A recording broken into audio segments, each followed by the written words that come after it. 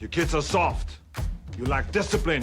We landed on the moon! You didn't earn the knowledge for yourselves, so you don't take any responsibility. It's like we've forgotten who we are. Explorers, pioneers.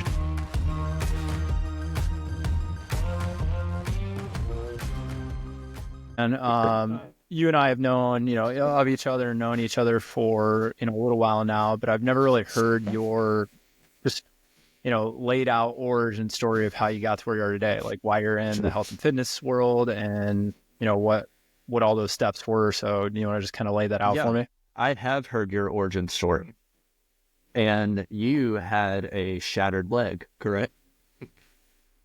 When I was 9. So almost 31 years ago or something. So a while ago. I had a torn up hip when I was 16. I was a kicker and a punter. And this is actually how in the book that I released this summer, like the very first part of it is the site of the scene of the injury. So I was a kicker and punter from middle school through high school and then into college. But my summer going into junior year of high school, I had about a year of chronic hip and back pain that I was popping anti-inflammatories through, and suddenly one planted for a kickoff and then just ripped. Like I can still hear the sound that my right hip flexor made, which kind of as a left-footed kicker, I actually injured my non-kicking leg. Which just added to the confusion of everyone who tried to treat me, but everyone was unsuccessful in treating me. So I think I have a story that is similar to a lot of people where I had inexplicable pain followed by a preventable injury, went through all of the mainstream institutional channels to solve, and no one could solve it adequately for me. From there, I searched the corners of alternative medicine, and I worked with chiropractors. I worked with a massage therapist who ended up helping me more than anyone did. And what that demonstrated to me was that it wasn't about the it wasn't about the institution or the credentialing of the provider. It was about the provider's ability to problem solve. If I had a hip injury and at 16 you said, Michael, you get to go work without using any names. If you got to work with the premier sports medicine clinic in the state of Alabama, or here's some massage therapist in a random strip mall off Rocky Ridge Road, one of them is going to solve your hip problem. Now make a bet which one it is. Well, sure, like the sports medicine clinic, obviously. Then over the years, I learned that was not a one-off. I continued playing college football. The massage therapist who helped me enough to where I was continuing to kick. Now, looking back, when kicking for me was trying to write checks that my body could not cash. So really, the best solution for me would have been just stop kicking footballs for a while. But when you are in high school and you're pursuing a college scholarship, that is not an option. But if you just went, hey, everything is on the table, stop kicking footballs, stop engaging in this highly specialized activity that your body is underprepared for. Not just saying that activity is inherently bad for the human body, but my body was underprepared for it in several ways, as evidenced by the fact that I had an injury. No debate there. So I managed to manage my pain through college, and I even got to the point where I wouldn't even go to the athletic training staff, because every time I went, it was the same script. Hey, this hurts. All right, clamshells. Boom. You're going to tell me my left glute doesn't fire? I'm a left-footed kicker. I promise you my left glute fires just fine. Clamshells are not helping. So it got to the point where I quit going to athletic training staff. I would just go see my massage therapist, and you and I know that the label of massage therapist can be very broad. The woman I worked with was fully trained in Tom Myers systems, and then if you get into even further corners of alternative medicine, the Burrell Institute with visceral manipulation, craniosacral therapy. So like a lot of stuff that, like if you're looking for Lane Norton to endorse human evidence, randomized evidence-based trials on it, he's not endorsing it. But those were the corners of the industry that helped me, where the evidence-based ones did not. So and I just saw that over and over again. I saw more people slipping through those cracks, and that's what eventually led me to I became a massage therapist, and you follow me. I got into like FRC and some PRI, and I'm sure you and I could dive into the benefits and the limitations of each and every one of those systems. Like you're big with DNS. You're also been through FRC. So you and I, we could spin off into that conversation, I'm sure. But the big takeaway was the mainstream institutionalized approach is not cutting it for a significant percentage of problems that people have. Where are those cracks, and how can people fill those cracks while operating outside the constraints of that more mainstream institutional system? So I became a massage therapist. I LARPed as a physical therapist. Not like legally. I never sold myself as a physical therapist, but I worked adjunctly with physical therapists. I worked adjunctly with chiropractors. I worked adjunctly with CrossFit coaches. I was a CrossFit coach. And eventually I built up enough of a base doing the like restorative exercise, or like how do you want to brand it? Like it's on the spectrum of therapy to training. Like you're not on the you're not on the therapy table, but you're not fully back on the training floor. And so I was operating somewhere in the middle of that spectrum when I started reform motion therapy, which was massage therapy, and then you could call it corrective exercise, restorative exercise is what I did. But then what I noticed is I was getting better outcomes doing more restorative exercise than actual massage therapy. So eventually I moved more towards doing the restorative exercise. And then I realized that there's no need for a lot of restorative exercise if you don't screw yourself up exercising to begin with. So what if I just created a well-programmed like training plan for people? And that was when I moved more toward the personal trainer function. So then I had this stack of like manual therapy, physical therapy, lowercase p, lowercase t, and then personal training. And what I found is that outside of extreme circumstances, like obviously I'm not gonna perform surgery on anyone, or if someone probably doesn't come to see me the day after their ACL repair, like but what happens when your insurance says that you're done, but your body says that there's more work to do? Insurance isn't paying anymore, but the gym you're trying to jump back into might not be able to regress enough for your needs. So then you're with a cash-based physical therapist. So like cash-based physical therapy a lot of times really just looks like highly regressed personal training. It's like, where's the line? Who are you seeing?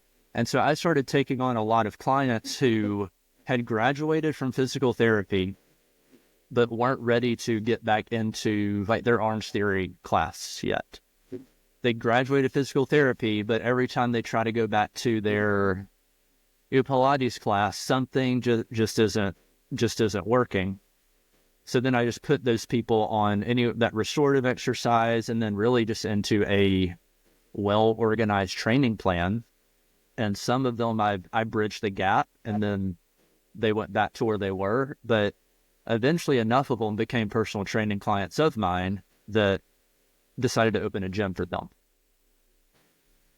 So when you said in there somewhere that you started getting better results when you kind of maybe moved even away from a hybrid approach of like table and training to more of just, of a training approach and, preventative of don't, basically fuck yourself up in the first place. What's better mean though? Are we just talking less pain? And, these people you're saying they couldn't quite get back to whatever they wanted to do. So is it just improved function, ability to operate in whatever form? Like, is it legitimate outcome measures or some assessment, or you're like, hey, just people got out of pain, they moved better and felt better? Like what was better? Let's start with how I was functioning as a massage therapist. And here's the cycle you run into. I do my workouts, my hip gets tight. I go to Michael and he rubs on my hip. My hip feels better when I go to my next workout. 2 to 4 weeks later, my hip is just as tight as it ever was. And now I go back to Michael to rub on my hip. So if I wanted to create a subscription service for massage therapy for people like I could be the tightness management guy. But what would happen is when I started increasing the corrective exercise or restorative stuff, I ended up getting rid of people as massage therapy clients. Hey, I'm coming. So how, I guess ultimately you say, what is better? Better would be their perceived need for my services or for that particular service. And then if there's always there's table tests and you want to, hey, you have 15 degrees of hip internal rotation. Last time I saw you had 7, and you and I both know that we can neurologically hack a table test in a matter of a few minutes. So I never appealed to a protractor as the proof that my methods worked. Because what happens if you appeal to the protractor, but then your people don't feel better and stop coming to you? I had an evidence-based outcome. Well, but they didn't have a better experience. So it's kind of that. Now, if you can have both, that's great. But eventually, what I realized is that trying to interface at the strict metric level in order to justify it, it would require having to make up more stories, about the metric.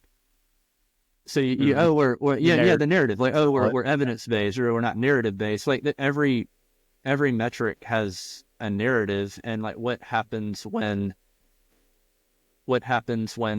you show a regression in your metrics? Oh, you're not stretching enough. No one's ever stretching enough, right?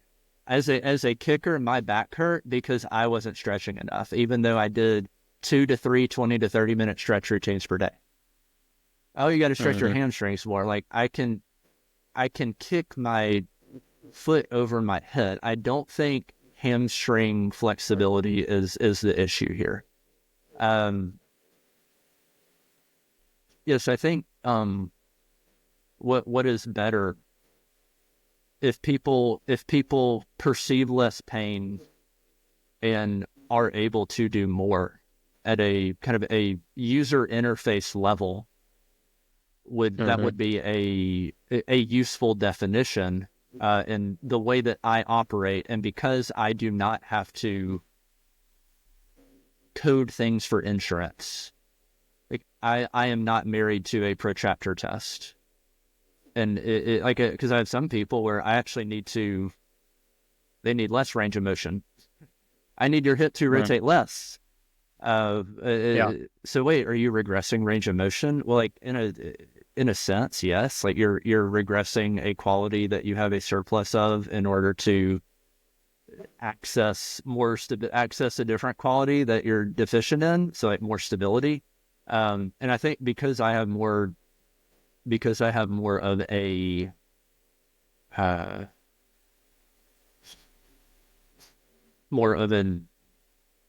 independent and not as institutional approach, I'm able to function with more of an N equals 1 approach. And that can work for or against me, because if I'm, like, it's all on me, right? If there are better outcomes and people are having a better experience, then I reap the benefits of those.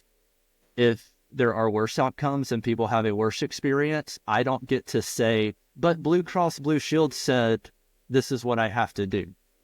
And this should work. Should. I did that. I did this. Your body should do this. What happens when it doesn't? Well, the textbook said it should. So as a practitioner, I don't have to change my mental model because my methods didn't work. Because I am accountable to the science. I'm accountable to the evidence-based research paper that I derived this modality from.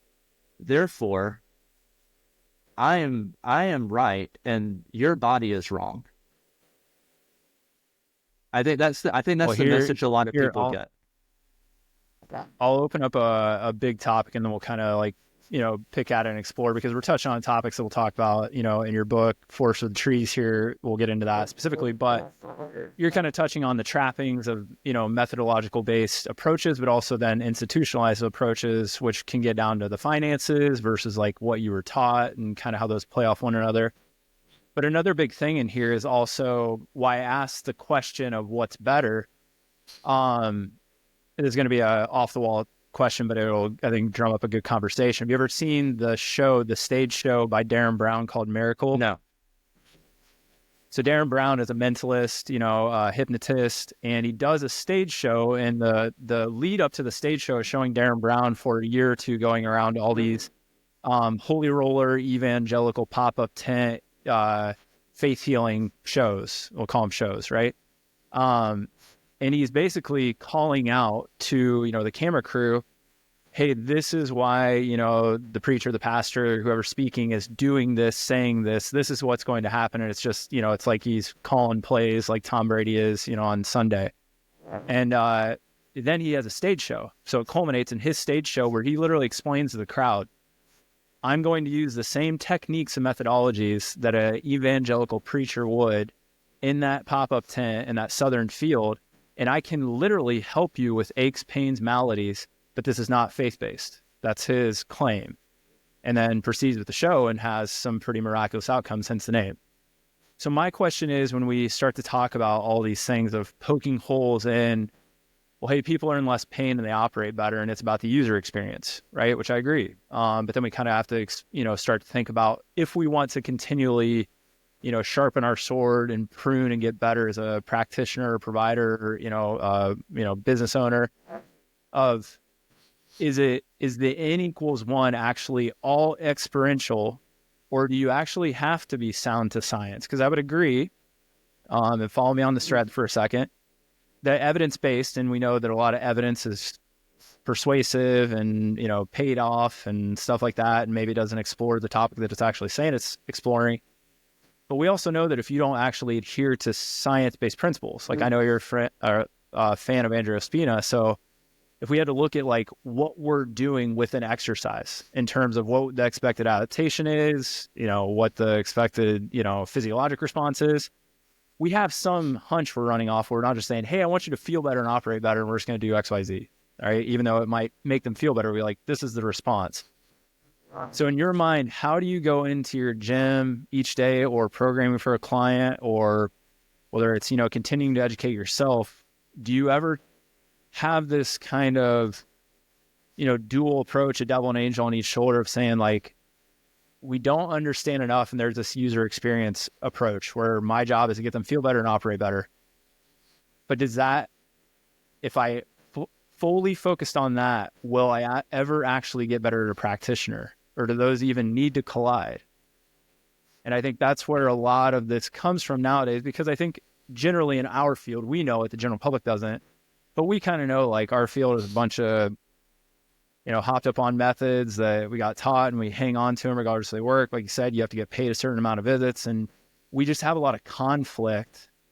And I think the conflict arises from that. Nobody quite knows if it's a user experience thing because we don't know how things work, and there's a lot of placebo effect, or are some people better at using first principles of science to get results. And when it doesn't work, it's not a blame game thing. It's like, well, God, there's a whole holistic approach to health, which is literally your book, right? It's all of these things, nutrition and sleep and all these things. So I know that's a huge question, but I wanted to set a foundation for the rest of the conversation of where do you find yourself in between user experience better versus, hey, I've learned a lot about exercise physiology and I want to get better as a practitioner. Where are you on that path currently that's going to, set you on this next 5 to 10 years? What would you say is the difference between a first principle and an assumption? So a first principle is going to be something that's based on a hard science. So I know what the physiologic response is to altitude in terms of what's going to happen with my hematocrit pack. I know what's going to happen if I exercise in heat and how I can mimic that. I know how that's going to be affected if I have a lack of iron. So that's a first principle. I know how that science, we know, I say no, right? There's very few laws in physical science versus an assumption. An assumption would be, if we go back to the 90s or maybe for you 2000s, hamstring tightness is correlated with pain. That's a strong assumption, right? And then there's evidence that would show you're going to have, increased prevalence of low back pain, increased hamstring, injuries with lack of mobility through the posterior chain or hamstring. You're going to see that evidence out there. So that's, I guess, my quick example of what I, see as a first principle versus assumption. I agree that some people are better at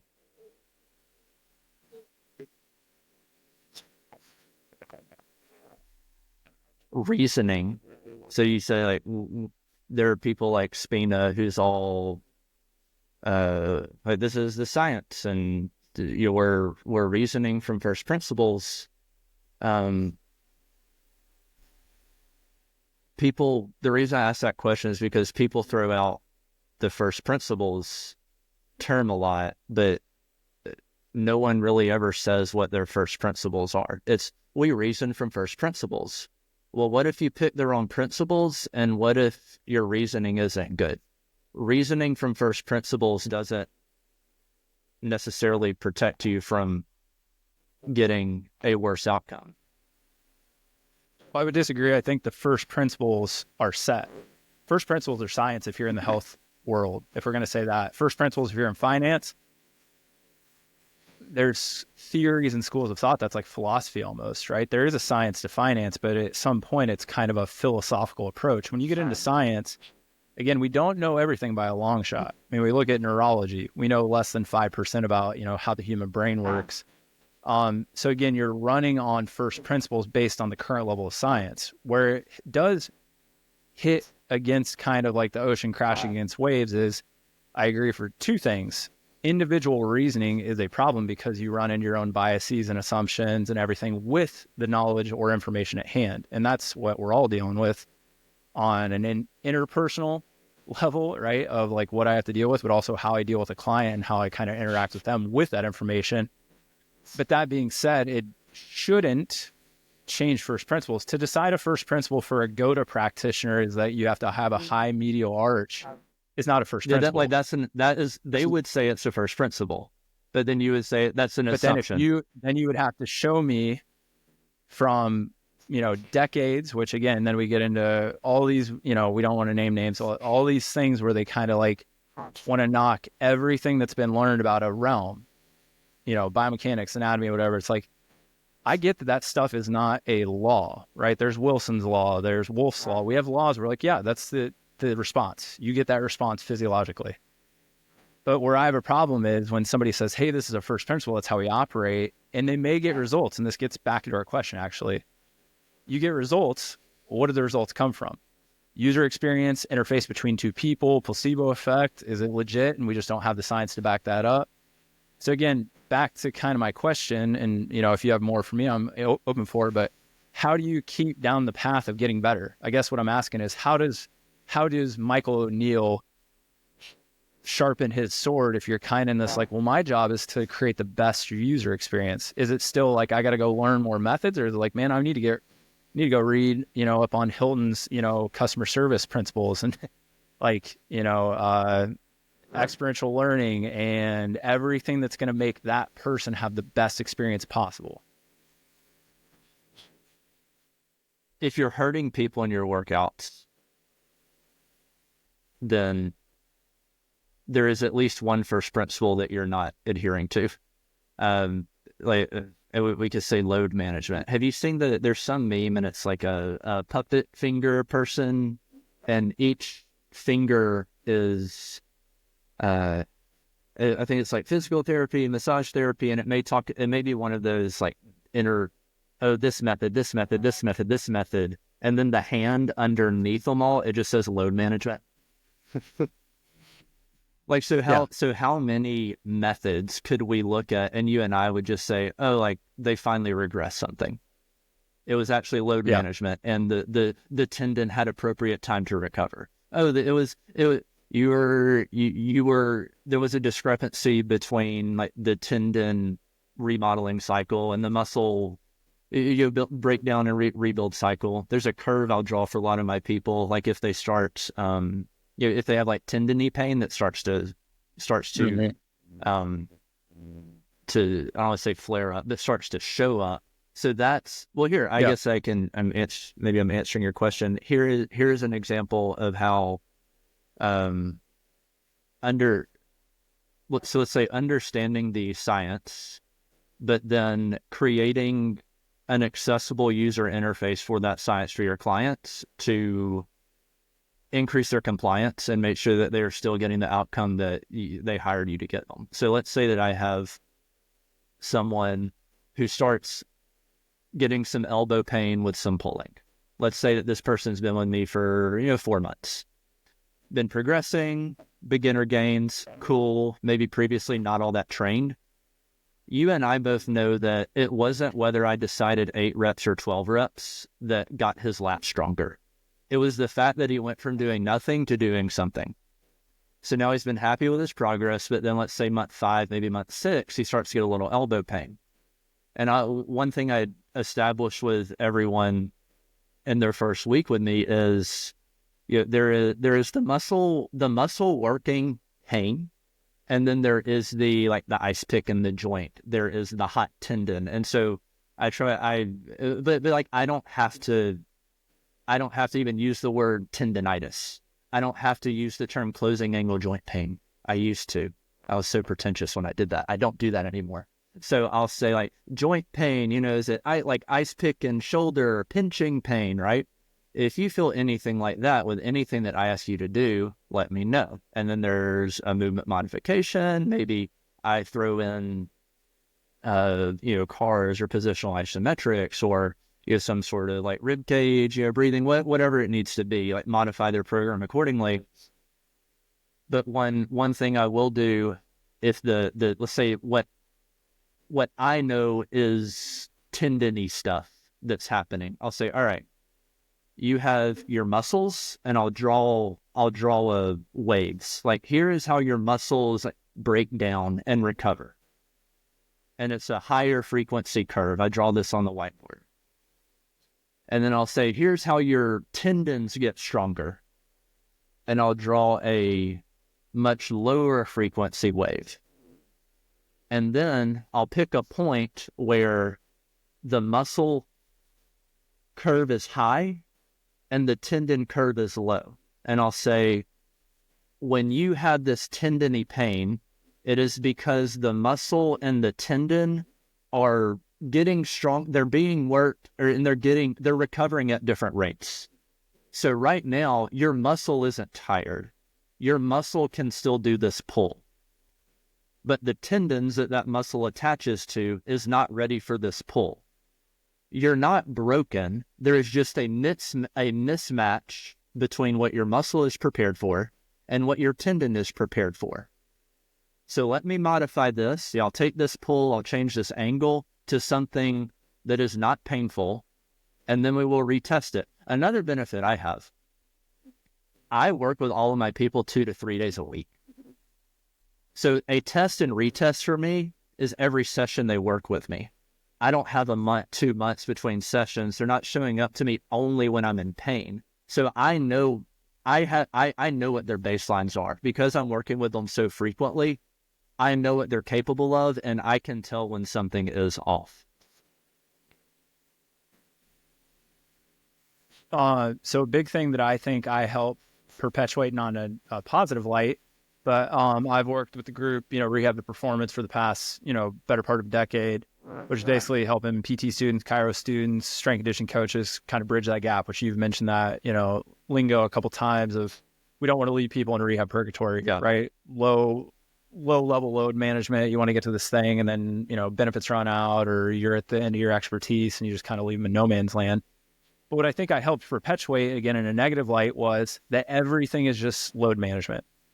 That you can skip the diagnostic process and just be like, oh, we can, regress the load, slowly progress the load, change the angle, change the, kind of angle of tissue load. And the problem that I saw occurring in, new docs or students was, your first job, like you said, if you're hurting somebody in the gym, you're breaking a first principle from a clinical standpoint. I mean, you're breaking that, do no harm. What's the hedge? And I think this is good because you've been in the table world, massage therapy, you've been injured yourself, like you're explaining pain in a very coherent way to your clientele. Like what's the break point for you where you're like, God, you got to go get this looked at, right? We tried to manage it, or like, this is just too severe. Like are there any like certainties where you got to get out of here, man? Or do you feel like you handle stuff pretty well within the gym and you have a high, ratio of success with most things? Zero improvement or worsening for 14 days or more, I say, go get it checked out. That is my, and just based on everyone I've worked with, like if I had seen you, so that gives me, in a 14-day period, I will have seen that person between 4 and 6 sessions. I will have regressed their load. I will have changed their angle. We will have done the load management thing. If the load management doesn't yield any improvement for 14 days, or if it's worsened, that's when I'll say, go get it checked out. Now, if they want to get something checked out before that, I'll never tell them not to. If they ask me, let's say it's 2 days in, hey, should I go get an MRI? I'll give them, hey, give it 2 weeks, because in 2 weeks you at least won't feel like you've wasted time or money getting that more advanced imaging. But I'll also know that it's probably beyond a basic modification that I can make in one of your regular scheduled sessions. Now, maybe I need to pull out my therapy table again. I don't really use my therapy table much anymore. But there have been times where I say, hey, let's do an extra session, a restorative exercise session, and maybe I am walking them through, maybe it is elbow cars at that point. Maybe it is like really specific elbow pails, rails, or positional isometrics, which you could still say like that's load management, but it's more specific load management. Now I'm trying to think if I've had an issue with anyone in my gym where that hasn't worked. Because obviously I want to have a limiting principle. And so one of those limiting principles is 14 days with zero improvement or worsening, go get some sort of opinion. MRI, go see your doc. I'll tell you what's happened more times than not. When I have referred out after 14 days, they don't get any helpful information from whoever they go to. Yeah, they come back and it's, my doctor who looks like a walking heart attack told me that I just need to take it easy. Like, cool. And I think that's why I at least go to 14 days, because the probability that if they go see a doctor at day 8, 9, or 10, that doctor's probably, of course, if there's an acute injury, like, hey, we're talking like, hey, this little tendonitis sensation creeped up on me. Then also people go off and do their own stuff too. I don't deal with that as much because my people see me so frequently, which was part of why when I was doing the restorative stuff several years ago, and it was make someone feel better, regress the load, give them some sort of restorative exercise, but then they'd run back to whatever they were doing, and then they just get re-injured. And so I thought, what if what if rather than feeling like I'm too good to be a personal trainer or like I'm too good to just be a gym owner, what if I just took ownership of people's training more comprehensively rather than, oh, all these trainers, all these gym owners suck. Now come to me and let me fix you. Oh, you went back to them, you got hurt again? Well, I mean, I'm just better than them. I don't know why you're still going to them. Well, where should I go? Well, who should I train with? Well, and I'm like, wait a minute. What if I actually believed that I was getting superior outcomes and I could create a superior fitness experience for people? At some point, I had to act on that and like assert more ownership of people's training. And that's why when I think, and I know you've opened a gym as well, so there's probably some resonance with what I'm saying, and at some point you were probably like, you know what, I just want more ownership of people's fitness because I think that I can create something that will serve them better rather than sending them off here and here and here. And maybe I trusted the coach who used to be at that gym, but now they hired a new one, or you can't control those variables, but you can still be held responsible for the things that happen, even though you didn't put them through a workout. Well, Beau fixed my elbow, and then I went back and I, did these butterfly kipping pull-ups, and tore my elbow up. But I thought I guess Beau just didn't do a good enough job for me. Whereas Beau probably would have said, "Let's have a conversation about the why behind your butterfly kipping pull-ups," as a 47-year-old attorney. Yeah. Which is, and again, and again, just use this as a thought experiment. I'm definitely not attacking. You're a very bright guy, so I like talking about the stuff. So do you ever feel like, this is a thought I have, so that's why I'm asking, is it a trapping to think that, and if you don't have these clients, I guess it's a moot question. So if somebody comes to you and you have a training perspective around ameliorating pain and helping people perform better and accomplish their goals, let's say somebody doesn't exercise. And I like the example of like a laborer, right? Construction worker, somebody that unequivocally, if you looked at their life, should be healthy. They're moving around all day, they're lifting loads, they're doing things, but they probably, and then we'd be like, oh, they don't eat well, smoke, whatever, all these other, things. But do you ever feel like a trapping is also, oh, everybody's got to train, right? Whether that's an appropriate way or just train, again, because we could talk about ideologies, methodologies. And then we're like, hey, to get people out of pain or keep people out of pain, they have to train, or they have to train a certain way. Is that a trapping?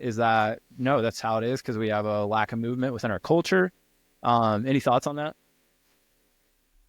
If one of my clients finds a better solution for their problem, then they will leave me and they'll use that solution rather than me. And then I just wasn't good enough or the right fit for that client.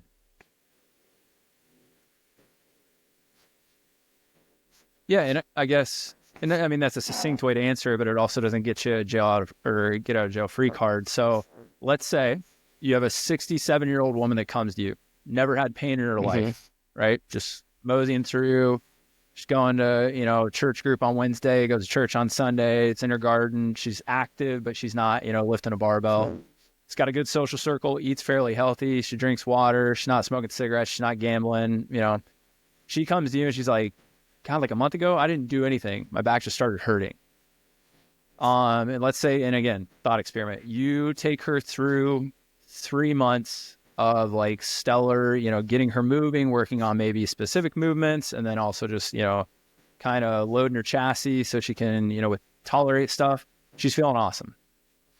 She falls back into her normal life. Do you think that's a failure of her, what she's doing in her normal life, or do you feel like, no, you're actually inadequate in movement and load, and that's what you would need to substantiate long-term benefits? I want to make sure I understand the example. Yeah. She was not in pain for a very long time, and then all of a sudden she has back pain at 67. Nothing's changed in her mind. She just, back started bugging her. It's getting to the point now she's wanting to do something. She heard good things about you. She shows up. And then she comes to me and she spends a few weeks with me and her back feels better. Mm-hmm. And then but she's not. And then what happens after that? Yeah, she's not. She stops working with me. Yeah, after that. Yeah, she's just like, I don't want to, I'm not big in the gym. Let's say it's summer now. It was winter. She's like, man, I love gardening. I want to get back out. I don't have the time to come in here 2-3 times a week, Michael. And let's say you don't see her for the summer. She comes back in next fall. She's like, my back's bugging me again. Do you think that's a failure of her? Like she needed you and needed to keep going? Or do you feel like, yeah, something might be going on with your back? Or like, I know there's a lot of options there, but I'm trying to ask a broad question, like a societal question with a specific example.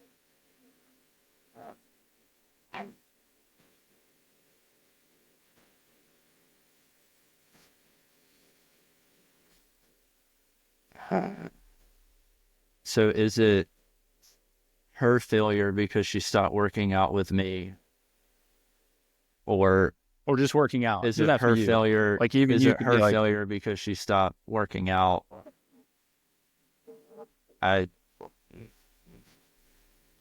like, do you see movement and load management and training almost as a deficiency in westernized culture? That if she's not doing that, well, you know, your back pain, let's call it just generalized back pain or idiopathic back pain.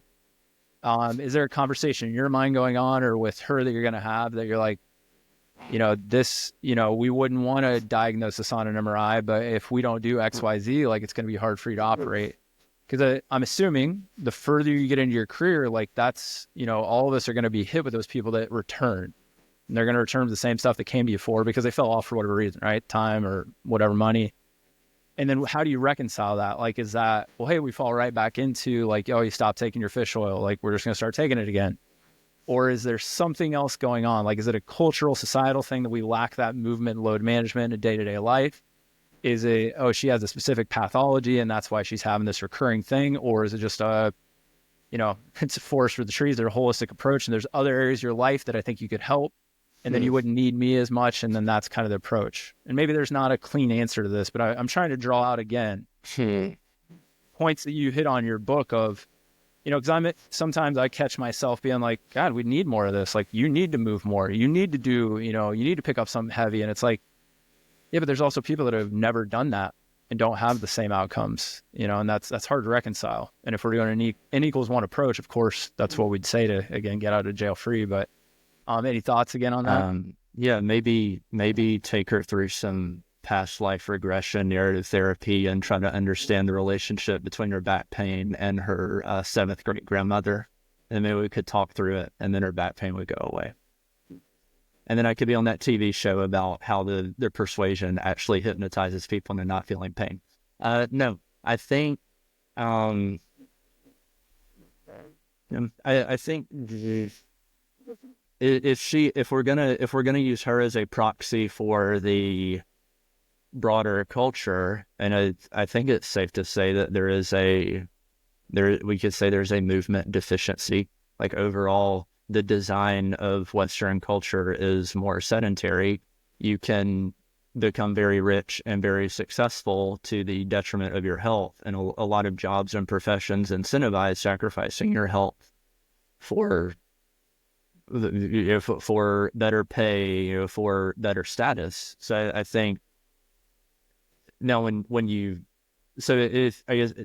you answer the question from a like broader cultural perspective, I think it's safe to say that there is a movement deficit among more people than probably there ever has been, just because of the design of society, and the design is the destiny.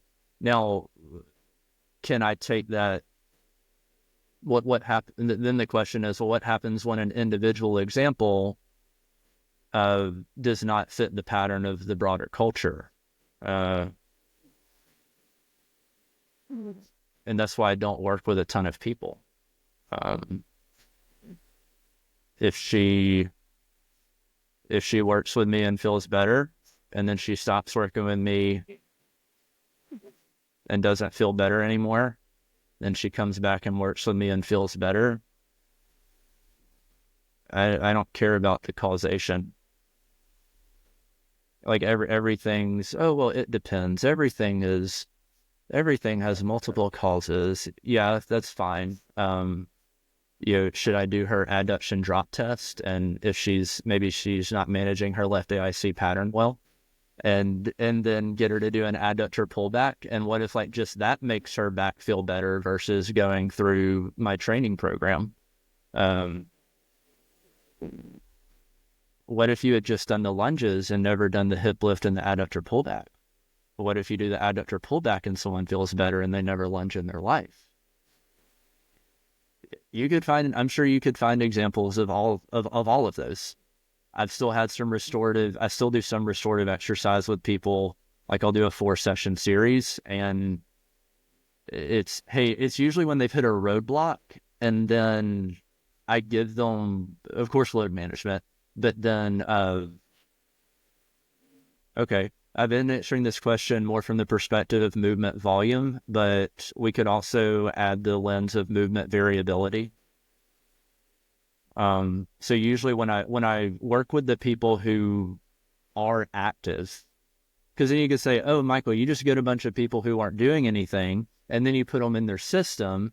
And even in your book, you talk about how most people aren't trying to go from great to optimal. They're trying to go from inadequate to adequate. So anything will work if you're just finding a bunch of inadequate people, giving them anything that's not totally idiotic, and then they're going to get better. To which I would respond, yeah, but guess who got them to do the things they need to do to be adequate? Oh, you didn't need that exercise program. It wasn't that exercise program that helped you. It was the first principle of increasing load and blah, blah, like, okay, but who got them to do it? Who created a setup that they bought into? So and then with the other people, the people who are already training like crazy, but then they run into a roadblock, those people tend to need like more variability, maybe less volume and more variability. So we have two categories of people. There's the people who are going from inadequate to adequate, where all you have to do is basic stuff that doesn't hurt them, perform well on a regular basis. They're probably going to get better. And then you have the people who are trying to go from great to optimal. Those people usually need a little more variability. But then I don't work with the only people who I've worked with who are trying to go from great to optimal. And there are a few like garage gym warriors who like, hey, I need some technique focus, and cool. Like I teach them some single leg work, and then their back stop hurting because they don't hit a traditional deadlift 2 days a week anymore, and they start to work in some single leg work. Like to you and me, that is very simple, and that would be part of something that we put into a regular program anyway. But to them, that may be the first time they've ever heard it.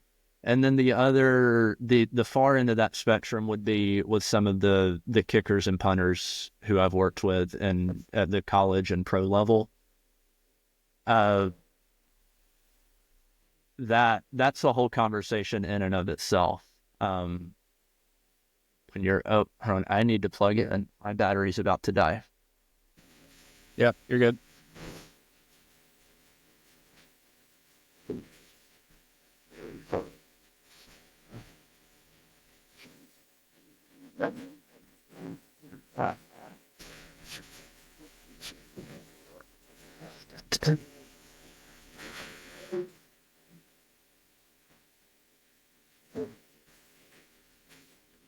Come on.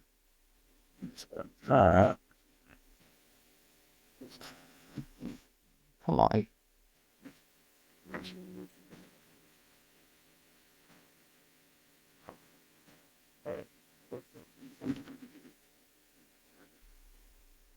Well, I'm plugged in, but it's not showing that I'm plugged in.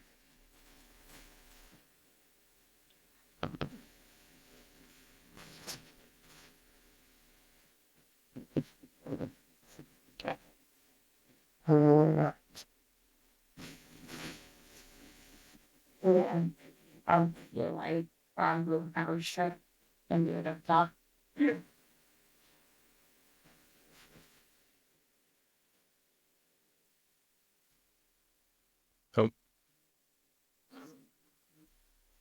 You there?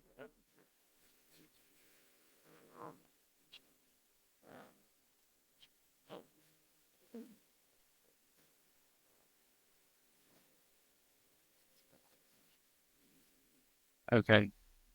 I think you're, I can hear you, but your mic's off. So you're on your FaceTime mic. I had to change my mic. Are we okay to continue? Are we okay to continue like this? Okay, cool. Yeah, it sounds fine. Yeah. So I don't know. Did that capture what you were looking for from the little old lady example? Yeah. So another thing I pulled out of there is you kind of said, which I agree with, that it's, and we've heard numerous people in the fitness realm, maybe the biggest job that a coach has is actually getting people that wouldn't work out on their own to start working out, right? There's people that are just they're going to train regardless of what you or I have them do. They're still going to train. They're still doing something. Do you have any keys or, maybe not tips, but like anything that you focus on to really like stir up intrinsic or internal motivation for your clients, or somebody that's maybe they've been referred to you and they're just not really hopped up to train. There's like, hey, I'm here because I want to feel better. Like, do you have anything you focus on with them to try to get them motivated and get them going? A lot of the people I train want the most efficient solution to their desired outcome. Fitness is one of the most difficult things to sell. Alex Hormozy is on everyone's algorithm now, and I think one of the best things that he has ever laid out is the value equation. Have you seen him talk about that? Mm-hmm.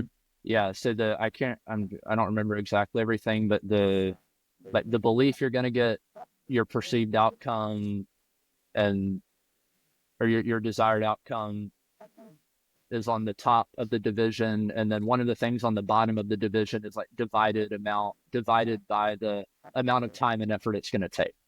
Mm-hmm. There is no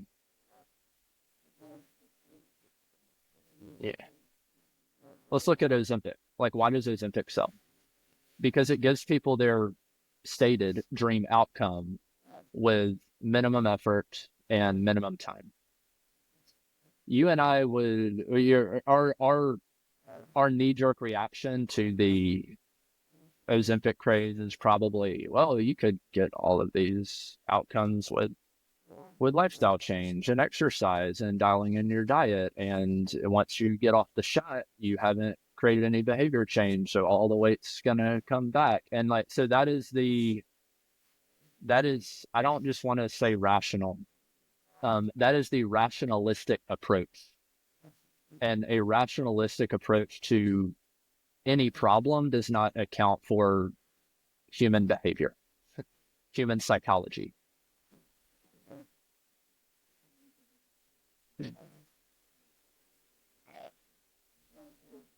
One of the things, so how do I try to understanding that I'm selling one of the things that is the hardest to fit into that value equation? What are the ways that you can kind of soften the blow? Well, hey, I got a buddy who works out like crazy and he trains like 8 sessions a week. Like, do I have to do that? Like, no, you do not have to do 8 strength training sessions a week. If you're looking to be Chris Bumstead, then he's probably doing some doubles on hypertrophy sessions. Like, he is doing more sessions per week than there are days in a week, no doubt. If you are looking to lose your gut, increase bone density, and have adequate muscle mass, you can strength train like 2 days a week. And as long as you're really efficient with those sessions, here's what I say: 104 a year. 104 a year. And it doesn't even have to be 2 days a week, because I know you're going to go on vacation, but can you come in 3 days a week before you go on vacation? So I think framing it as 104 workouts a year is what you need to make progress, but also avoid burnout. And if some of my people come 3 days a week, like as much as they can, and that's fine. 156 a year. When I was playing college football, we hit the weight room 3 days a week in the off season. I don't know that any layman needs more strength sessions per week than like the Alabama football team does. Now, of course, they're doing their agility drills, they're practicing as well, but maybe like for Gen Pop, the most I'd probably ever recommend would be like a 4-day a week, like 5 if you were to split like upper and lower. But really, what we run 2 to 3 full body strength sessions a week. I used to do more of an isolated split, which is actually my preference for me. For someone who is going to do 4 to 5 strength training sessions a week, like I will take one session that is chest and triceps because I still have some of the vanity of 12-year-old Michael when he started bench pressing in his garage with his dad. So I want a day where I train chest and triceps.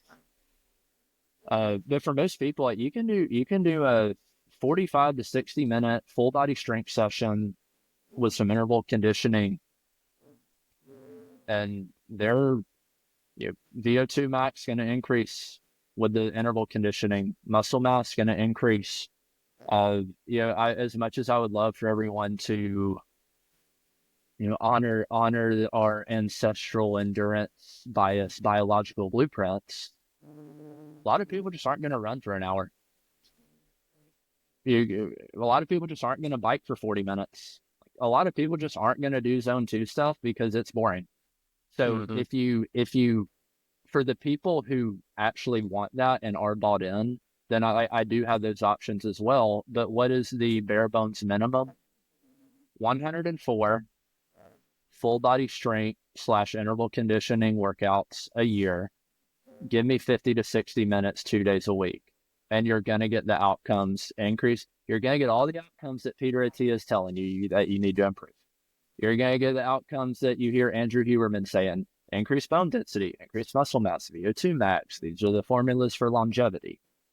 So that is what our gym is optimized for, to move people toward that. Increase bone density, increase muscle mass, increase VO2 max. And if you want to run your first marathon, cool. I have options for that too, that actually integrate with the strength training that we're already doing. So we want to take a true hybrid approach, training the disparate disciplines that do not overtly complement one another and oftentimes interfere with one another. But the hybrid athlete conversation may be another episode. Yeah. Yes, I would agree. Like, everybody's time pressed, financially pressed. So I appreciate the input on the kind of intrinsic buy-in there. I mean, we've touched on almost every topic that's in your book in some way or fashion, even though you expand upon it quite a bit. But what was the catalyst for writing this book? Was it just, I want to get my thoughts out there? Was it, I keep telling my clients the same thing? Like, what got you to sit down and actually do this? Saying the same thing over and over. Really, but then that's like, well, you can make a blog. Like, why write a book? Well, that being an author, it just increases your ethos, makes you more credible. As someone whose credentials are LMT, NMT, CPT, I don't have the institutional ethos to go toe to toe with MD, DPT, DC. So really, it was part of it was a tactical move to increase my credibility as an authority. Hey, website, download the first chapter in my book. Hey, here's the book. Hey, what's different about here versus other places you train? Well, here's the guy training you, and here's the approach he takes. Here's what he believes. So one, it was about increasing my credibility and an authority, knowing that the strict institutional credentialing would be an uphill battle for me in the industry, considering that my actual degrees are bachelor's of philosophy and religion and a master's of education to be an English teacher. How's this guy going to help my shoulder pain? Write a 5-paragraph essay about it. So that was one. And then 2, to have a ready-made resource for clients and potential clients, because it is like, it's kind of the script. Yeah. Because at some point you're saying something over and over again. And, when you're writing your Instagram captions or you're sending an email, like, what can I create from scratch today? What if I go to my paragraph in this book? What if I take those first 2 sentences and then there's something happening in the zeitgeist right now that I could particularly tie that to. And like now you have a jumping off point for other content. But beyond the traditional answers of like, oh man, I wanted to write a book so I could help people. Cool. It was like the entrepreneurial or the professional, the tactical move in that department is like increasing your credibility and establishing authority, especially if you're someone who cannot rely on diplomas to just flash at people. And then also to like compile your worldview or your method into a ready-made document that anyone can access as it is a low-cost lead generator. If you read my book and then you come in to sit down with me about training with me, you've already read my book. If you read my book and then decided to seek me out, you're a very hot lead. So from a business perspective, it is a very good lead magnet as well. Is there anything else outside of the gained authority besides just, growing your gym, or is there anything specific that you want to do with this or plan to do with this? If it, not necessarily if it blows up, just kind of, pulls on a few strings within, the profession or a little bit outside of the profession. Anything in mind? I didn't write the book with anything like that in mind. One of the things, part of writing the book was following my own advice, or following some of the best advice that's ever been given to me. And the advice is prioritizing systems over goals. The goal was not, I want to write a book. The goal was never, I want to open a gym. The goal was never like, I want to be a massage therapist. The goal was not, I want to be an author. There is a system I'm trying to build of, I want to be part of a system of alternative health. I'm going to call them lifeboats or rowboats, because I think people are starting, even from the last time I talked about this on a podcast, it's just accelerated. People are more open to alternatives than they've ever been. You say distrust in mainstream institutions, all that. People are more primed to seek out superior alternatives than they've ever been, especially in health and wellness. Those are the cruise ships, those big institutions. I view what we're doing with our gym as a lifeboat or as a rowboat. The benefit of those is that they are very easy to steer. Turning a cruise ship around takes miles, but you can turn a rowboat on a dime. I view my gym as, and this book is part of that. Like we are one of those rowboats or one of those lifeboats. I think that the farm is one of those lifeboats. I think it's a bigger lifeboat that's been around longer. I wanted to join that movement of alternative health solutions.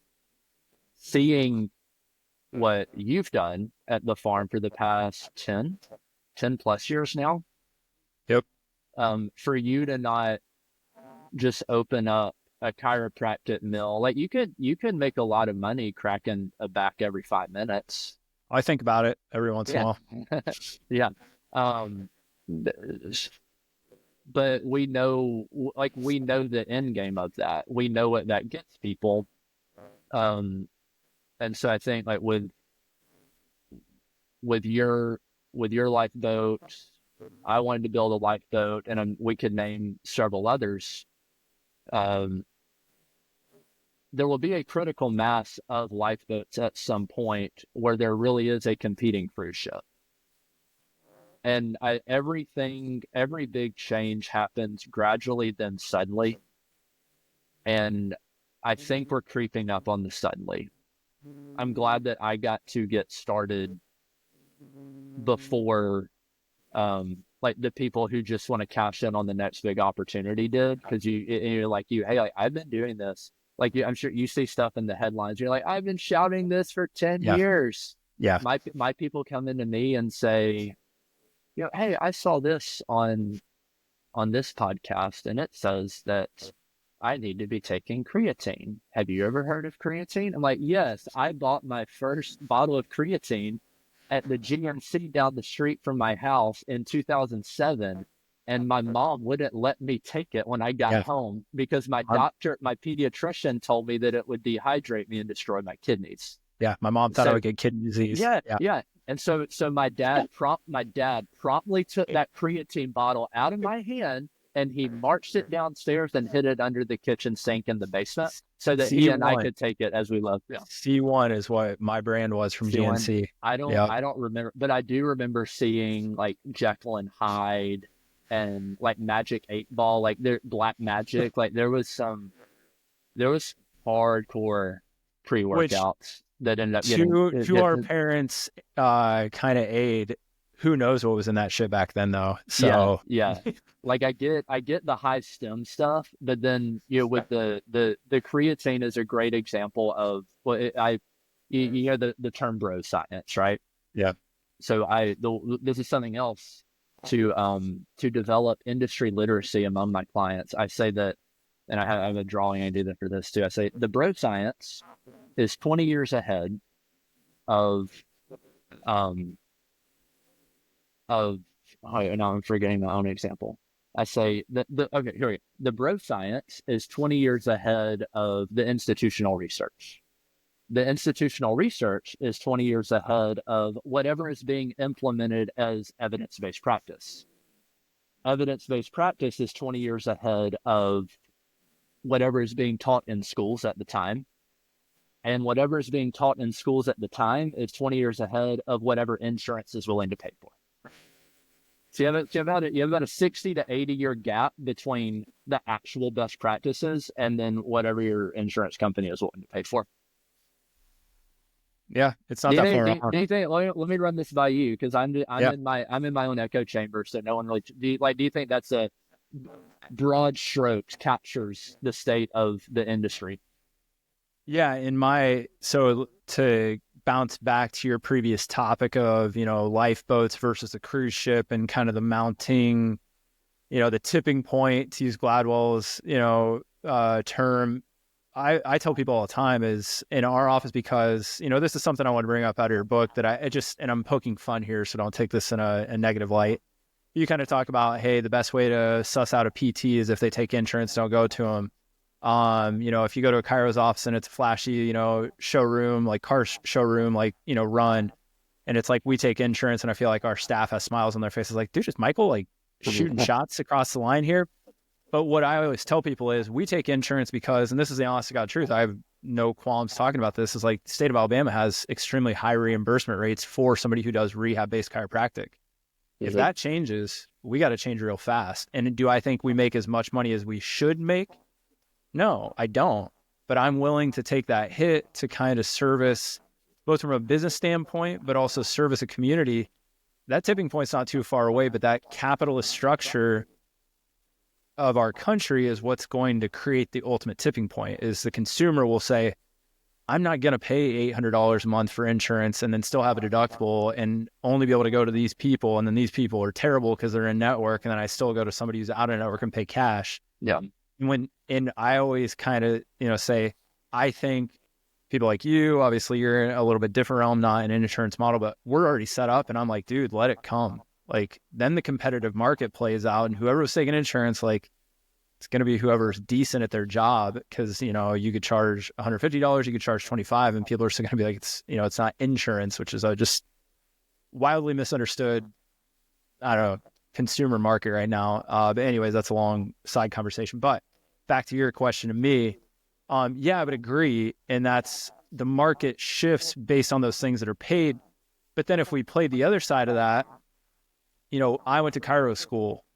People say, I get the question all the time, where did you learn to do this? And I always, jokingly say non-chiropractic school, right? It was all the stuff we learned outside, which a lot of that stuff teeters on bro science, but it gets back to our initial point of, my thing is the people that push the envelope within our field, the general field of health and wellness, of movement, whatever you want to call it, are the people that are really good, and I hate to bring it up again, at like adhering to first principles, understanding science and playing with it enough, right, from their experience, a bunch of N equals ones over time, and saying, I could give a shit less if insurance pays for this. I think it works. I'm going to do it in my practice and kind of see if it still works. And that gets back to what is actually better. And if you can tell, I'm trying to put a big bow on this conversation, but I think what we have to be aware of is institutions are necessary still because they do create credentialing, which allows for people to not get hurt. That's the whole goal, right? You have a state board, you go to school, you get credentialed. What tends to happen, though, is people don't get better even though they don't get hurt. So that's another form of neglect or harm. And what you're kind of, I think, alluding to is the mounting, frustration and seeking different results, alternative medicine, cash-based PTs, looking at a personal trainer, which we would say from a credentialing standpoint, is like, I'm going to go to them for my aches and pains and like overall better, health and wellness. The market's push people there. The market, is demanding that.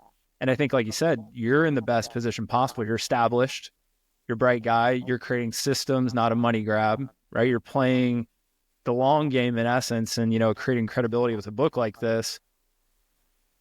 One thing I want to ask you, though, with the book, I'm looking at the cover of it right now. You have, the trunks on the tree. We're talking about some of the different pillars of health. How much of that plays into what you guys are discussing or, I guess, educating your clientele on? So is it just they're going in there and, you're lifting weights and you're working on endurance, or are you working on a holistic approach, or is that in the future? Is you want to be, a bigger rowboat? How do you guys approach that? Do one thing well first.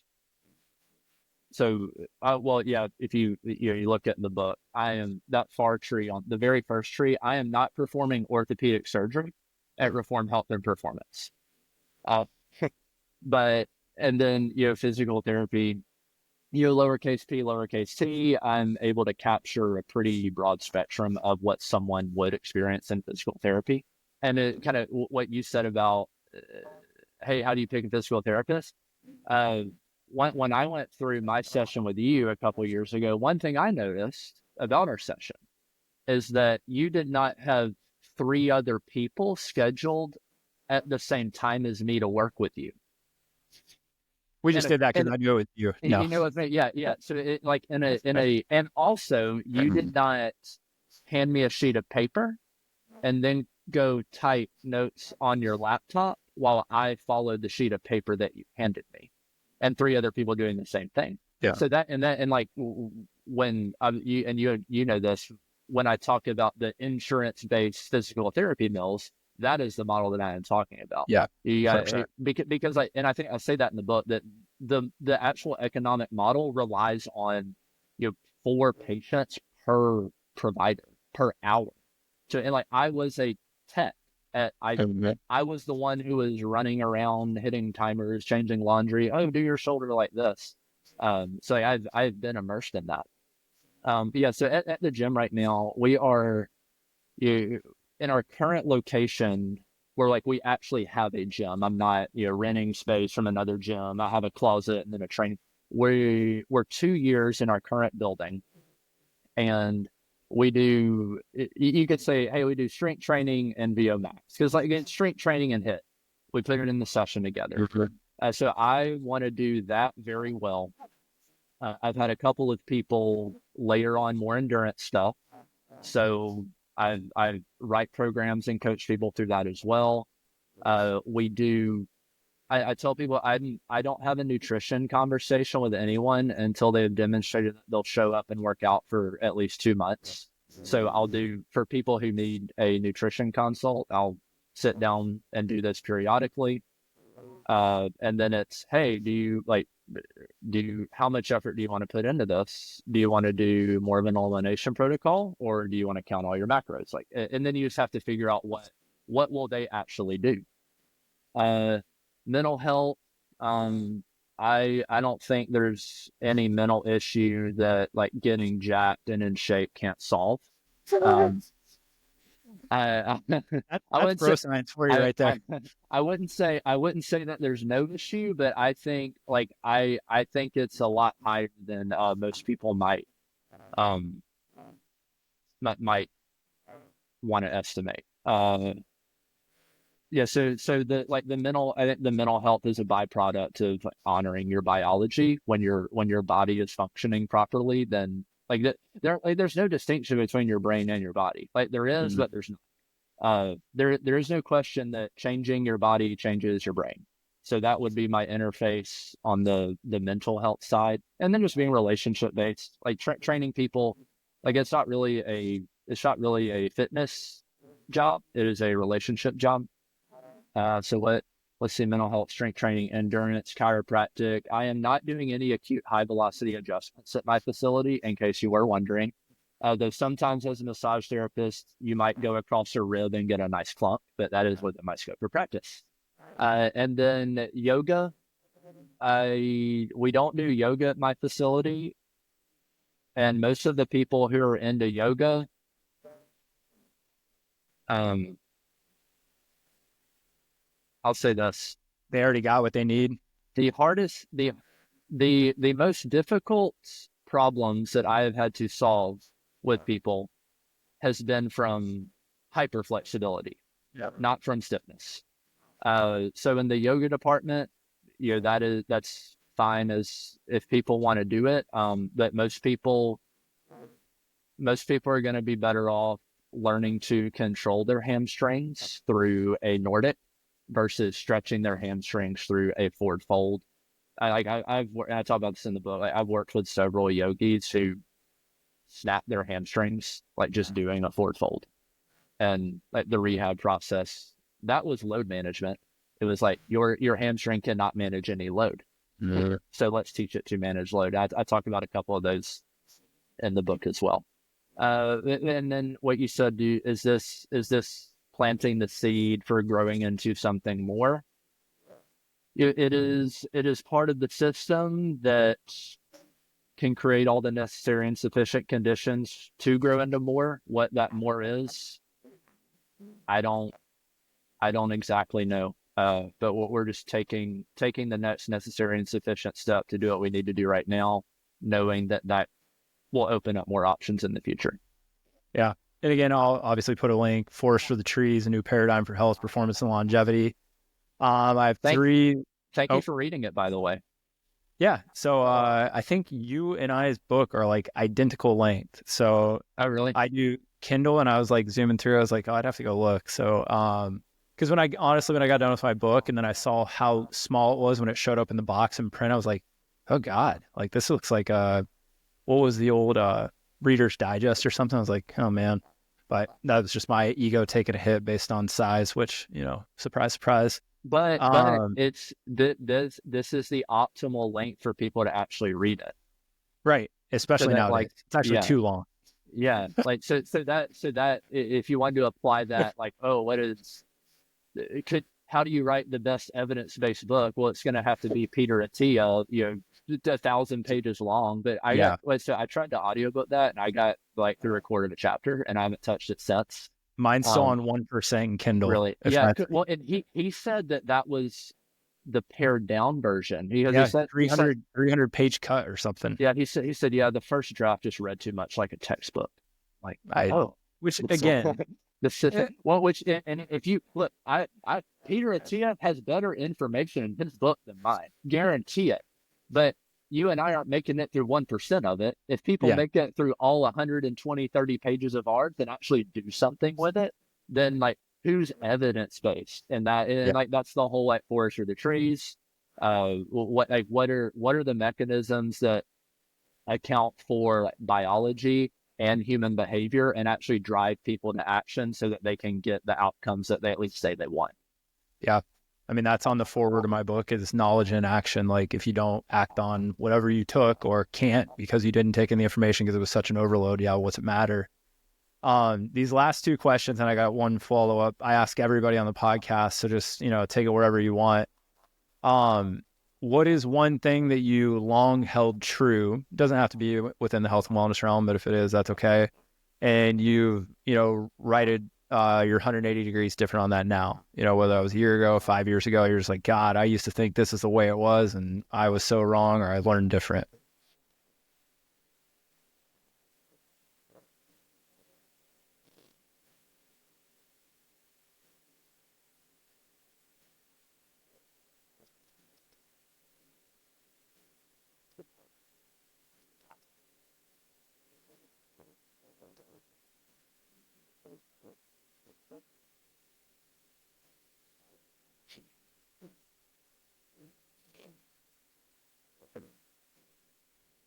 access to more and better information creates superior outcomes. I used to believe that. I do not believe that anymore. And I had to sort through about 100 things that I wanted to choose from to answer that question. So what's the alternative to that then?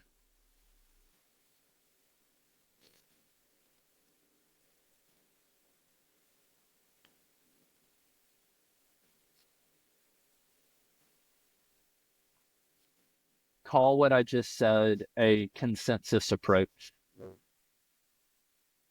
What is the consensus of this community based on the information that is available?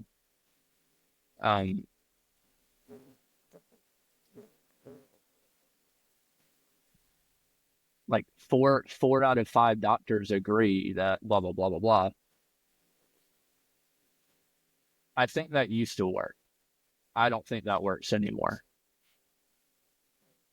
So let's call that a consensus model.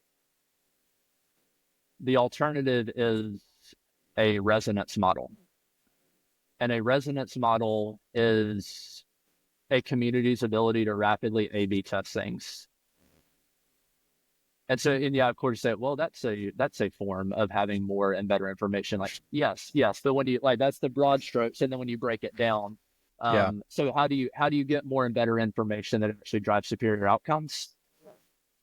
And I don't necessarily think that the consensus model wasn't the best one for the time, but I think that the consensus model is too bloated to be useful anymore.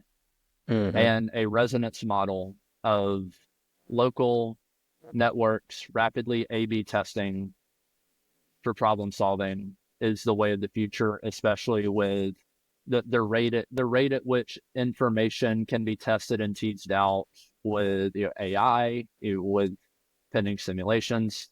That's kind of what I like with my gym.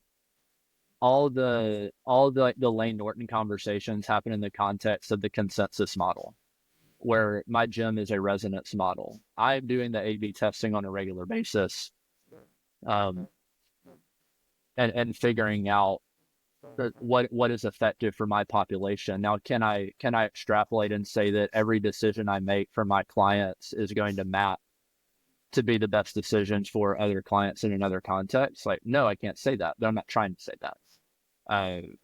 Because I view myself now. If I were a cruise ship and I were making those claims, then that would be a problem. But I've specifically positioned myself to not be that cruise ship. I've specifically positioned myself to function within a particular scope of resonance, so that I am not claiming to do something I'm not able to do. But I'm trying to position myself in a way where I can grow to claim more over time. Mm-hmm. Yeah. So I would say a consensus model of information and application versus a resonance model of information and application. That is what I have done a 180 on. Yeah. So the flip side of that question, is there anything that you hold true, or you're like, I think this is the way it is, but there isn't any evidence out there, whether that's peer reviewed, a book on it, a consensus, you're just like, yeah, that's the way it is, and just there's nobody that's agreeing with that at this point in time?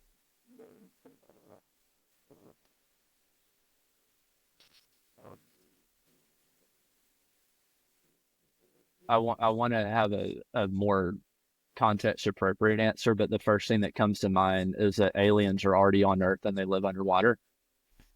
I didn't say you had to keep it in the health and wellness. Yeah, but that was just the first thing that came to mind. I think aliens from other planets and or galaxies are already here, and I think that they are underwater, and I think that we've already interacted with them, like an octopus or something. They could also be microscopic, so we can't see them. What if aliens are microscopic? They're already here. They're living on the corner of your bedroom rug, and they have an entire civilization, but they came from another galaxy. I think probability is that I think they're already here, and I think they're either underwater, microscopic, or both. Yeah, I would say the last Senate hearing also plays into that as well. So, Are they talking about that again? Yeah, they When there's something in Mexico where they like unveiled alien bodies a few months ago or like last year. I haven't seen that. They just did a Senate hearing last week where another, I want to say Navy officer, Navy for sure, I don't know what level officer, but he was like, yeah, there's for sure, like he was talking about an F-22 that got surrounded by 6 UAPs, which is now what you have to call them, 6 UAPs, and like they almost like crashed the plane. He's like, we have that recorded. I would consider Congress a consensus model. So based on that information alone, my resonance model would lead me to not believe anything about the alien testimony that's said in Congress. Well, but the one question that really stood out there was they asked specifically, do you think it's drone because he said a lot of this is probably drone activity, and then he goes, there's about 20% that's unexplained, which they created also a hotline. It's like AAROP or something, where you can call in like for UAPs, which also shows you how prevalent it is, because it's probably drone. Then he goes, the other 20% is unexplained. They go, what do you think that 20% is? Do you think it's other nations, U.S. reverse engineered technology, or other world? And he goes, don't know. And they go, well, if you had to guess, he goes, all 3. And so it's just kind of an interesting answer. Yeah. One more quick one. I think it is likely. So everyone's talked like the simulation, right? And it's kind of boring. Like no one really has an interesting approach on it. Do you seem to have a regularly occurring set of problems in your life that follow a particular theme? Yeah, but I think that's my own doing. I literally am writing a blog about that, right? Okay, well, let me give you an alternative explanation for that. You are a simulation character, and the function of your existence is to A/B test how to problem solve for that problem in the whatever world programmed you.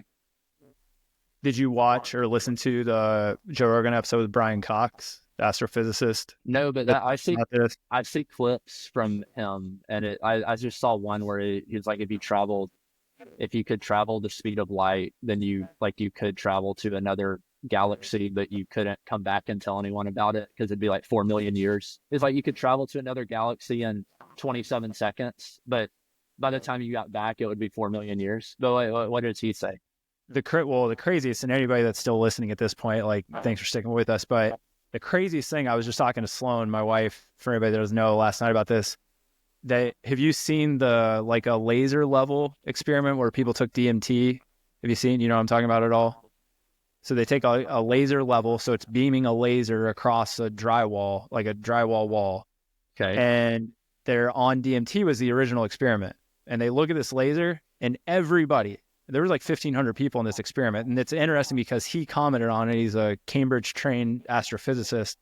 They all see code. Every one of them, like, says the exact same thing across the board without being queued up on what to see. They look at this laser, like matrix code, like code 101010. Okay. Yeah, whatever the code. So he brings this up because Brian Cox brings up simulation theory. Joe Rogan's like, have you seen these videos of people? He goes, oh yeah. And just like completely like, whether it's confirming, he's like, yeah, that's a thing. And I was like, what? I mean, it was just one of those like, and then he brought up the thought of, well, they're on DMT. And he goes, well, they're actually have and are doing studies with people that are not, to, basically RCT that. It was just crazy stuff like that where I tell my wife, she's like, I don't want to think about it. I don't want to think about it. So how about this? The idea that and this applies to history as well. Everything that's observable, and even observable history, like artifacts, they are only observable because we are attempting to observe them. Like they are the idea that they are rendered on demand as we approach observing them, like the edge of a map of the video game. Like you can't go beyond the edge of the map, but if you're falling through the sky, like you see the animation pop up like as you get closer to it. So part of the reason that there is so much discrepancy among historians, and there is so much discrepancy even among human accounts of events and human memories, like presently, so not even past, is because whatever engine, whatever processor we're running on would require too much bandwidth for everyone to be able to account for the same events the same way. So if we just have discrepancy among our memories, but that is the norm, then we just get to argue about who remembers something right or who's more evidence-based, when, as a matter of fact, the discrepancy of memories is just a way to save on bandwidth, because the entire processor could not accommodate render it. There's no reason for it to expend resources rendering the moon if no one is able to look at it. But once the moon is observable to us, it's observable because now we're rendering it because they can't observe it and they expect to observe it. Well, now you're actually playing back into the conversation of when I brought up Darren Brown. So if you think about, a lot of people have heard about the default mode network and how much your prefrontal cortex is actually shutting down incoming input, right? And creating whatever you're experiencing at that point in time versus, now Brian Cox talked about this as well. The overarching theory is that it's a dampening effect. That's what your prefrontal cortex is. It's not a grabbing effect. And that dampening effect, we don't know what we don't know. We can't see the microscopic beings. We can't see all this other stuff that's actually occurring. But then that plays right back into, to try to bring this back home, the experience of pain or perception of movement or previous, experiences, previous injuries.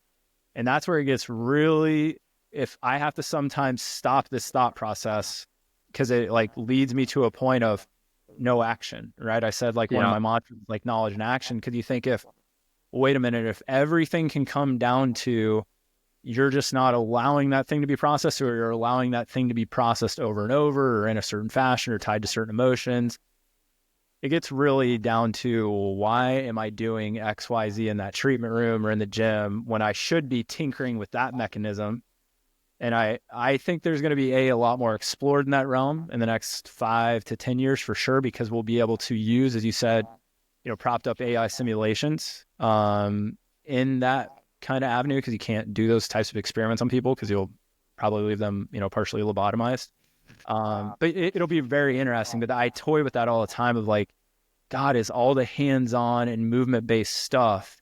Because I don't know if you've ever heard of, do you know the name Giancarlo Russo? He's a Rome-based physiotherapist, hypnotist. So one of the most interesting people I've ever met in my life, because he literally will hypnotize somebody with 10 out of 10 sciatic pain. They got a, positive straight leg raise on the table, lit up, puts them in a, hypnotic state. No presentation of that. Takes them through a straight leg raise 20 times. They wake up, gone. So when I see something like that, you immediately have to start at least questioning, well, what in the hell is going on? Because we got all these fancy first principles. And again, that's where I say it's only the information at hand. But then I think the best in the world are always questioning, well, why does that work if this is what we believe? And then that's how you keep pruning or sharpening the sword. That stuff's wild to me. And I just don't know what to do with it right now. I don't know if we'll ever do anything with it, but that's my thought. Here's how I alleviated some anxiety about the need to be correct. Everything is probabilities. I try to interface at the level of probabilities versus this is right or this is wrong. And the benefit is, as you stack more and more probabilities, then you will approach a pattern of rightness that is more reliable. I think that fits the resonance model, your rapid A/B testing. But framing a lot of my decisions as probability-based rather than evidence-based or certainty-based. Because what evidence-based, you could argue that should, my least favorite word, enough evidence-based practice put together should yield a reliable probability-based practice. But the problem is with the evidence. The evidence is applied as it worked for this cohort, it'll work for your cohort. No, the evidence is part of a pool of probabilities. And if you judge yourself as a provider based on your ability to get any particular situation right or wrong, you're going to be wrong enough that you'll quit, or you have to develop some sort of psychological mechanism to A drinking to habit. like cognitive dissonance, or you have to rely on, well, I'm right more than I'm wrong, which is ultimately Right. what a probability. Confirmation So bias. if you can frame everything as a probability, then it takes away the counterproductive moral judgment on yourself as a provider, and it also takes away a lot of the arrogance that you can develop as a provider.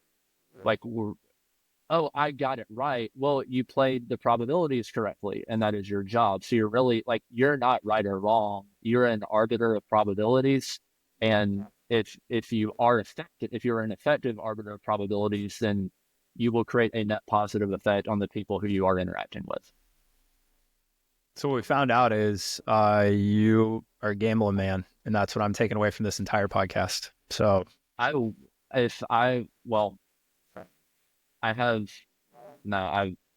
say too much. This is not about me. It is about someone. I have a client who has a very good job, but he says his real job starts during sports season. And interestingly enough, the way he approaches everything is a systematic probability-based proprietary that he created. So he will bet on every pro game that is played every weekend, and he will bet on select college games.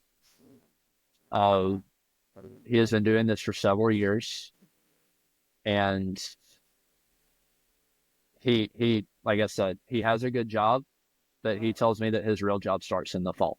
But it's all probabilities, system based. It's not, oh man, my gut, man, I feel I like this team. Oh, blah blah blah. It is, and he doesn't win every game, but in the betting world, you do not have to win every game. You have to win enough, and you have to allocate your units appropriately. That is how his system works. It is a dispassionate, mathematical, probability-based system. And I think flipping, you don't want to remove the human aspect from what you do, but there is a lot of value in being able to adopt a frame of like dispassionate probability-based action. Yeah, it takes a lot of the getting your teeth kicked in every day with, poor outcomes, which is just the reality of being in this business. If we're talking about, pain relief, movement change, I mean, that's just how it goes because you're dealing with humans. It's messy pattern recognition, like one of my favorite books on this topic is kind of Black Swan, is like, we do a pretty good job at like seeing the patterns that we're used to play out. But then when a pattern breaks, a lot of people tend to just throw that pattern out. Like you said, like, oh, I do good most time. And then it's knowing when to pay attention to that kind of outlier. Like, does that matter?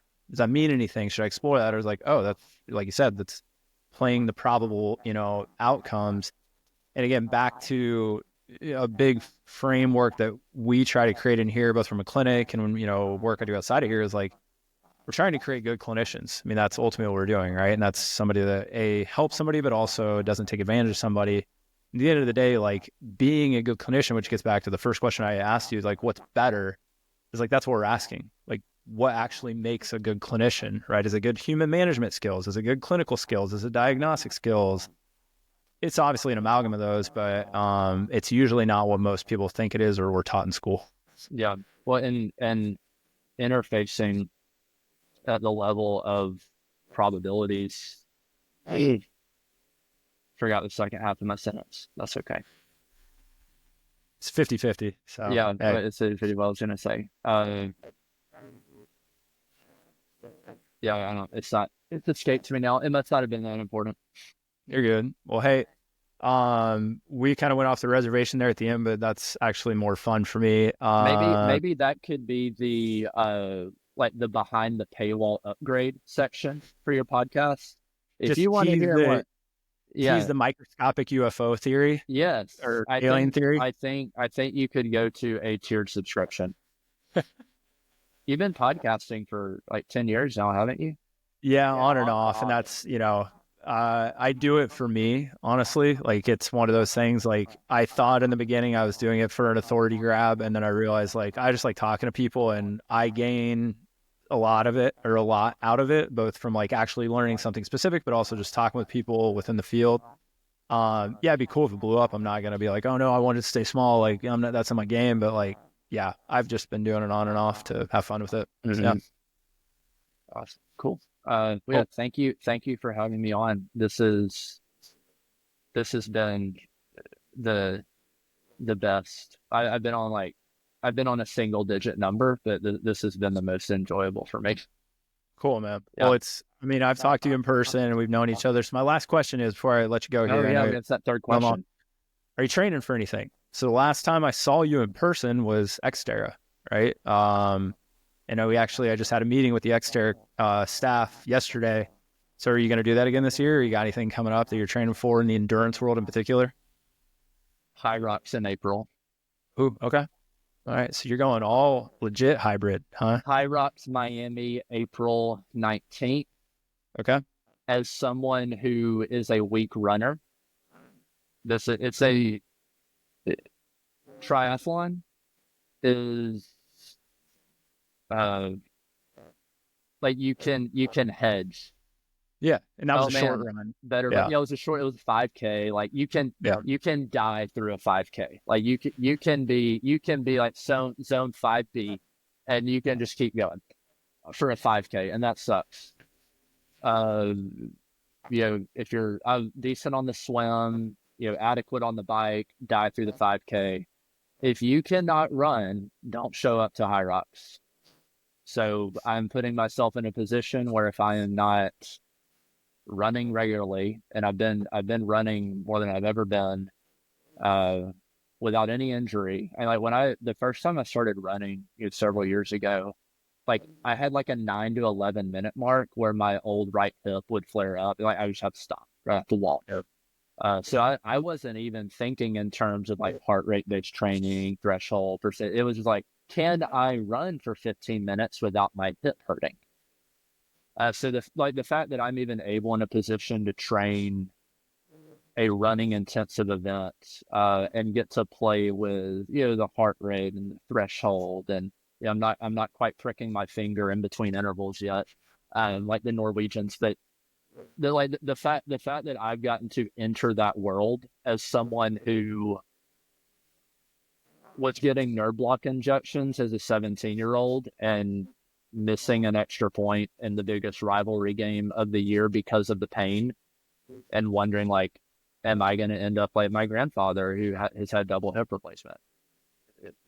Like I have only been better every decade of my life, from teens, better in my 20s than I was in my teens. I'm 33 now.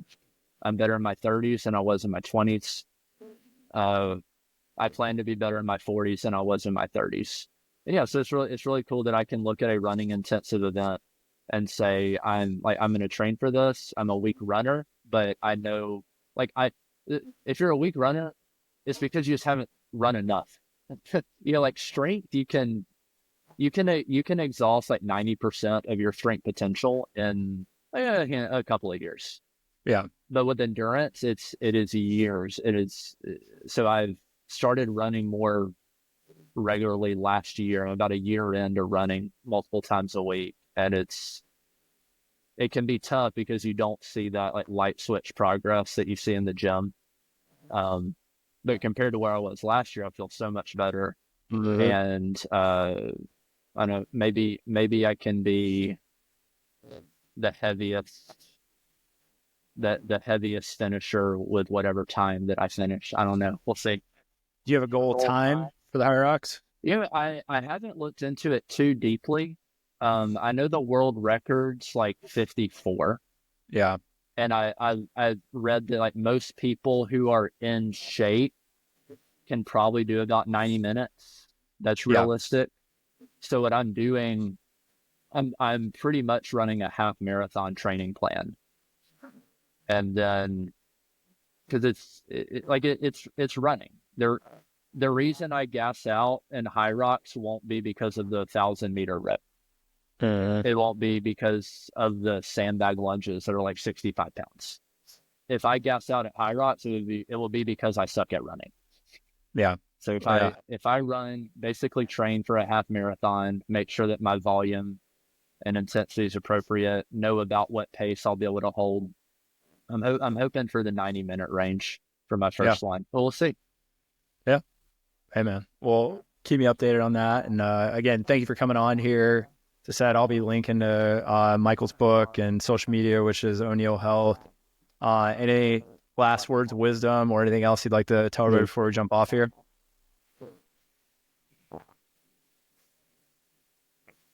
Yeah, I just appreciate being on. I've talked a lot. I think I've said that all I need to say. I appreciate you inviting me on, because I know that you have built a platform over the last several years, and there is you have put a lot of yourself into that platform. Like, yes, you have the farm, but like the farm is I as someone who has started his own thing recently, like I appreciate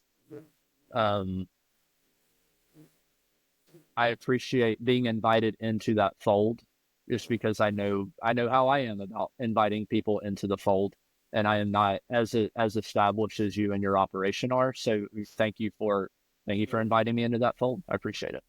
Yeah, man, you're a great resource for people to learn from. So go check out the book. Check out any other podcasts that Michael's been on, and yeah, maybe we'll catch some social media posts, and I'm starting a new thought dump blog area. So maybe we'll get back on and talk about like hybrid training or high rock specific stuff at some point, and kind of just do a real nerd out session on that. But we'll see. You're doing Xterra again?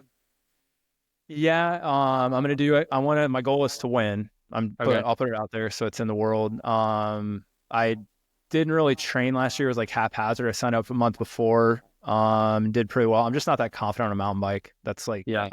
I'm always amazed at how fast people go, because I'm like, I'm going as fast as I think I can go, and then they're going faster somehow. And I'm like, I don't get it, and I don't think it's a fitness thing. I think it's a technicality of mountain biking. So I got to get better at that for sure. That's what destroyed me when I did it. Like I didn't even feel like I got to test my fitness in that race, because I was, hit a rock and get stuck. I'd have to unclip, and then so I feel like I spent just as much time off the bike as on the bike when I did Xterra. So I think you kind of, if you want to win, you can't save the swim.